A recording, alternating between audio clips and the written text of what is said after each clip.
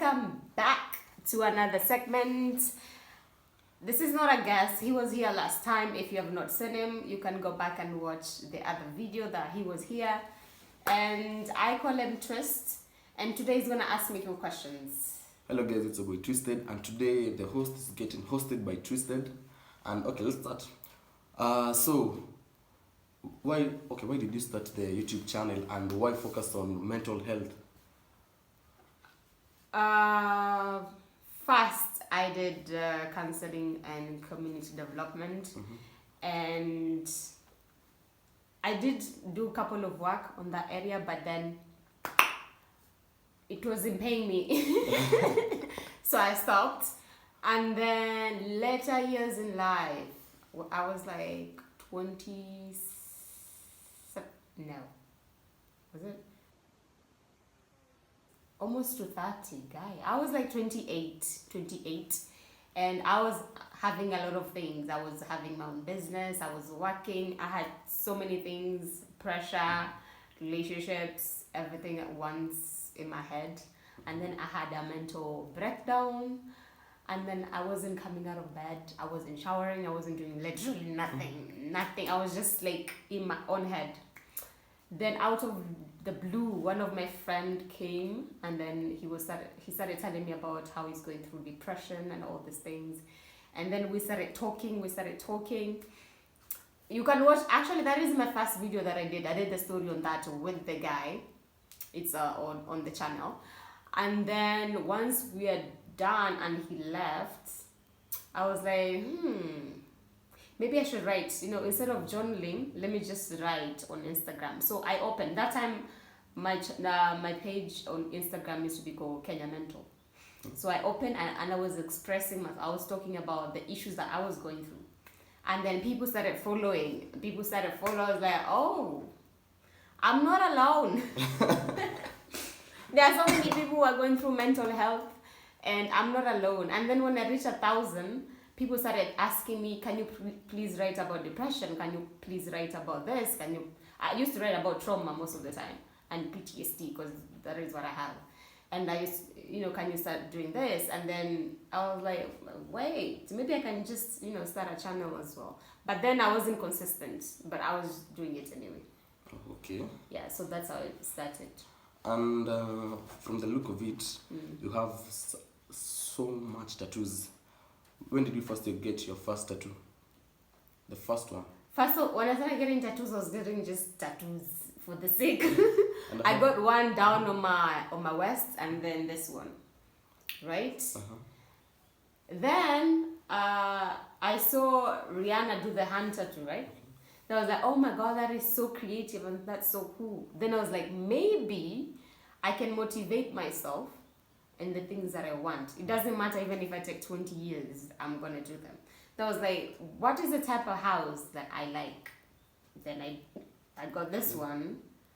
Then I was like, I can just live on an empty house. Then I brought some, trees, some birds, some flowers, and then I went to safari for like 4 days, 4 times, not 4 days, 4 times. And all of those 4 times, I've always seen the big 5. Then I was like, nowadays you can adapt animals. I was like, they're gonna be added to the list. So I have a castle that I will want in future, and then some trees, some birds, and then some animals. And then I was like, I'm gonna have animals. Neighbors are gonna be scared, so I need some walls. I got them.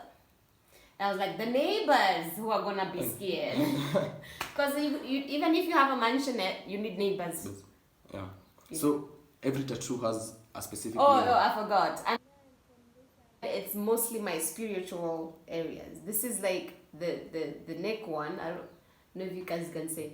The neck one is it means I'm free spirit, right? And then this one is one day I'm gonna travel the world. So manifesting also in my hands. And then this is me and my spiritual moment.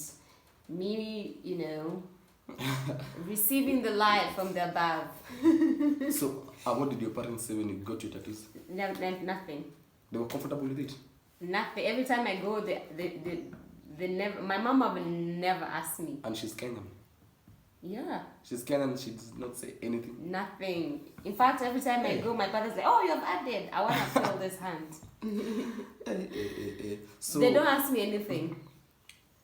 Me and my mom, we had a phase when I was young. Because my stepmom, she's the most cool person, but I didn't know she was cool. Right? So when I was young, people used to come and tease me, oh, that's not your real mom. You know, I don't know what's wrong with Kenyan people. Like, why can't you wait until someone is told they're not the real parents instead of you telling me?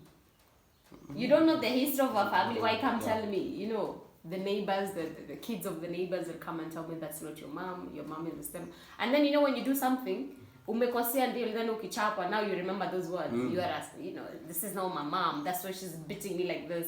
But in this sense, umekosea. Then one day I ran away from home. And then when I came back, and then I think I just grew. My mom, I changed the tactics. Instead of beating me, she only beat me once anyway. It was once na nikai. Naseti kuchapwa ila sawa. But you know, Toto. Anyway, my mom, I think, changed the tactics of how she started raising me. And we actually became like the most closest friends. So when I was class 6, I think, I toboa the maskio by myself. I already had this one, toboa this one. And my dad was like, oh, mtoto sijui. And my mom is like, chana ni msichana. I was like, oh. So, my mom is the most amazing person. She doesn't ask me. I'm like 32 years old. Why you asking a 32-year-old about the body she has? I know. And the people judge you when you meet them on the way because of the tattoos. They mistake you for someone. No. I think that people are always infatuated. So they never judge. First of all, when they look up, no, they never. First of all, people, when I used to post, people didn't think I was Kenyan completely. And those people meet me and they figure out I'm Kenyan, they're like, oh. They're just like amazed. I don't know. Because from the way you talk, from the English. In fact, now, but the time I talk or they figure out what I'm doing, they're like, most of the time, Kenyan men are always intimidated. I'll say intimidated. Yeah. And from the tattoos and from the face, from the how you look like a model. Do you model? I used to model. Like now from school, and I started doing attachment, and then we're not being paid. Oh, the modeling attachment? No, like the workout. The course you okay. Then, out of nowhere, someone texted, and then that time I was really fat. Someone texted me from my former manager, texted me from Facebook that time. We didn't have these other things. And then he was like, can you come for a photo shoot?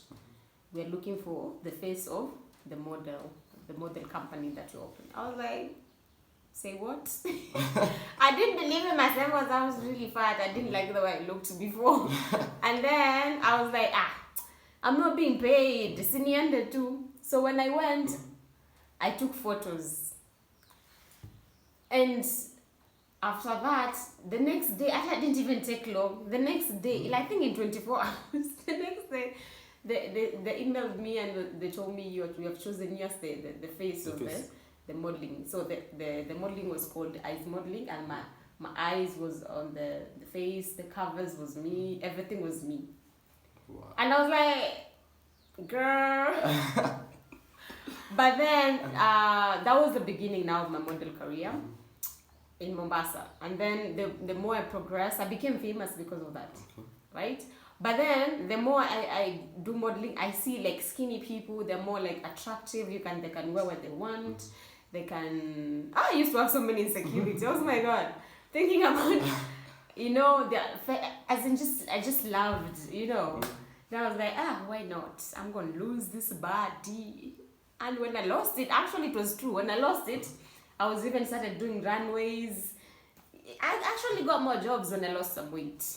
But then, kutumiwa Kenya, so kutumiwa, not paying well. And then, like, you have worked with this company for so long, You are the face. People are attacking you because some people, they don't get jobs, but they don't even promote you or give you something better because you want to also progress and, you know, do better. If these people are making money, let me also get money and build something of my own. If not, then what am I here? So I stopped. So now I want to come back, but in a different way, in my own terms. I want to like do my own way so people can approach me, not me approach them. So do you plan on going back to modeling? Yeah, that's what I'm saying. Yes, but in a different way. Your own I way? want to do my own way so people can approach me instead of me approaching them. That's what I've just told you. You heard it from her, guys. If you want to model, approach her. She will show you the way. Approach me. Why should I need to approach someone when I know I got it and I have the features? No. Thank you guys for tuning in. I'm your boy Twisted. I'm your Emma. You say I'm your boy Twisted and I'm saying I'm your Emma. Thank you guys for tuning in to this episode and see you next time to another segment.